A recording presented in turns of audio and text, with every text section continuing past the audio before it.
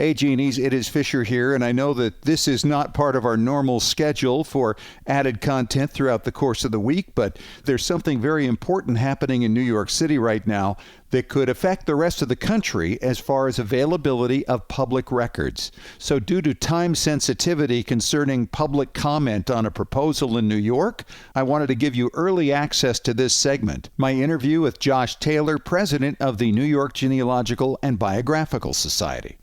And Josh, welcome back. Fill us in on what's going on with the Department of Records and Info Services, DORIS for short. DORIS is kind of turning into a little Karen here, it seems to me.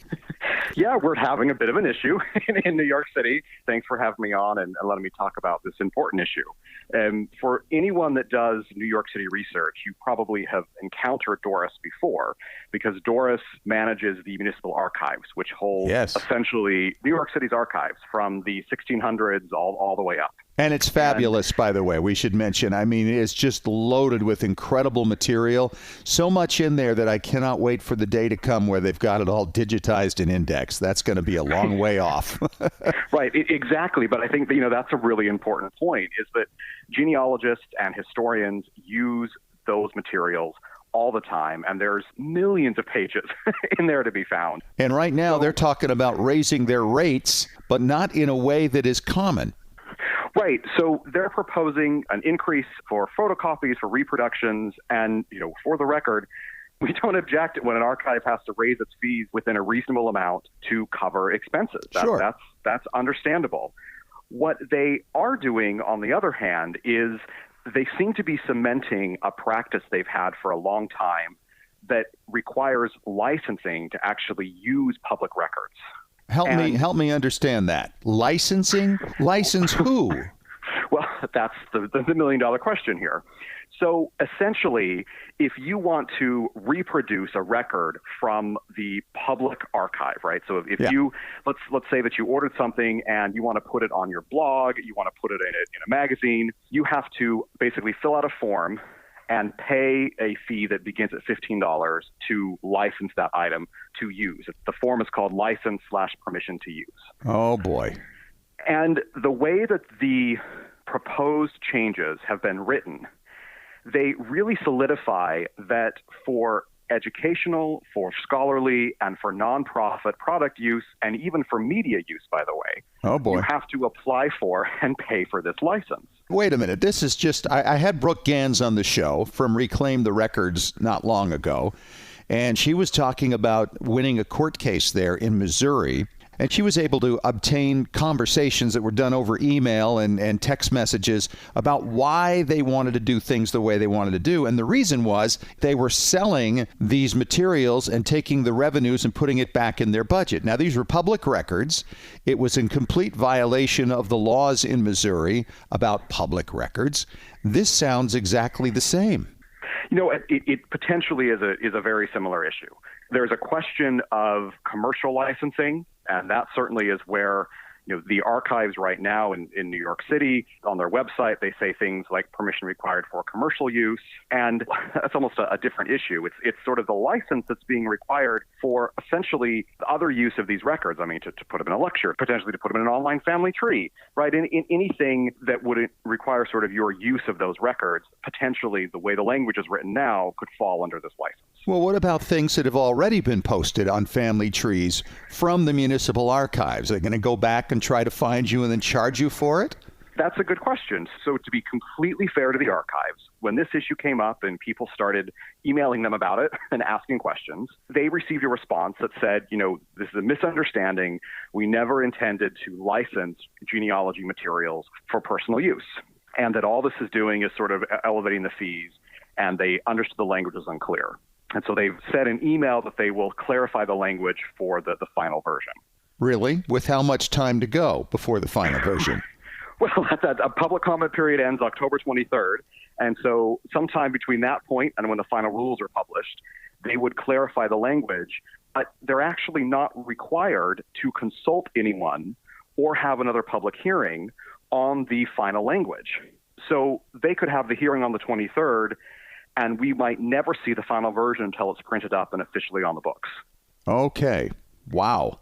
So, this really can affect anybody in America because so many people, so many of our ancestors came through New York City, whether it's through Ellis Island or they were settlers there when it was New Amsterdam. And not only that, Josh, I'm just frightened by the potential precedent here that could be set by them getting away with something like this.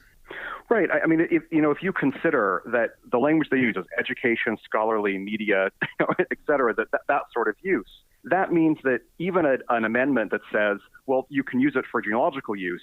Well, genealogical use encompasses a number of different documents. Sure. What about the historians? What about members of the press? What about scholars that are studying and using these records and tracing the history of New York City? That the limitations are frightening in my mind Yes. of what this could do. And the biggest problem, just so everybody's very clear on this, these are public records. This means they were generated on our behalf. We already paid to have them made.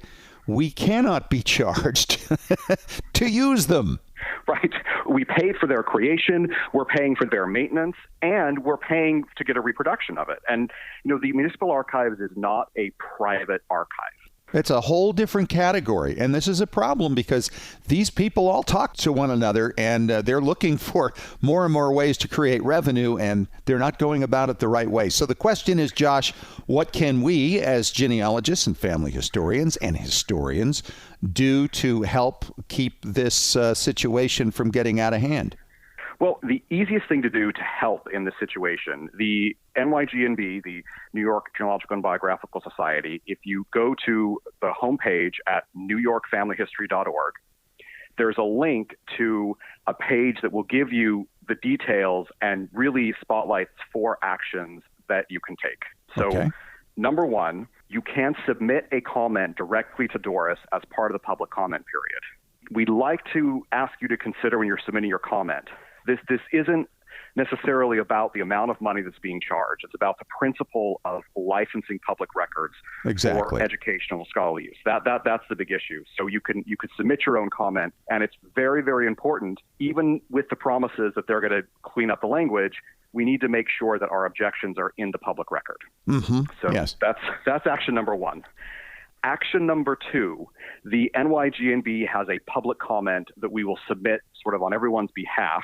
If you read that comment and you agree with it, you can add your name and we'll submit that on your behalf on October 23rd. The third thing is there is a hearing at 11 a.m. Eastern on Friday, October 23rd. This is the public hearing, and it's online. And the instructions to join the meeting are available. So you can go in. It's a WebEx meeting. You can attend from anywhere. And you could also sign up to speak at the meeting, but you have to sign up in advance. So if you want to speak, they are letting individuals speak for up to 3 minutes about the proposed rules at that meeting. And then the fourth thing is to share this information with others, especially those who might not necessarily just be genealogists, but would be interested in how this impacts research at large within the records of the municipal archives. So try and extend this reach outside of just the genealogical community into historians, biographers, and others, anyone that you could think of that would use these records. Okay. Oh, it's coming up on us really quick here, and this is really quite frightening.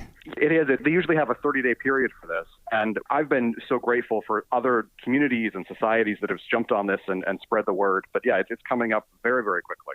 All right. Josh Taylor, president of the New York Genealogical and Biographical Society. Thanks for filling us in on Doris and the mess that's going on in New York City and what we can do about it. And hopefully everybody will jump on and follow some of those tips. Appreciate it, Josh. Talk to you soon. Sounds good. David Lambert is next. Another round of Ask Us Anything on Extreme Genes, America's Family History Show in 3 minutes.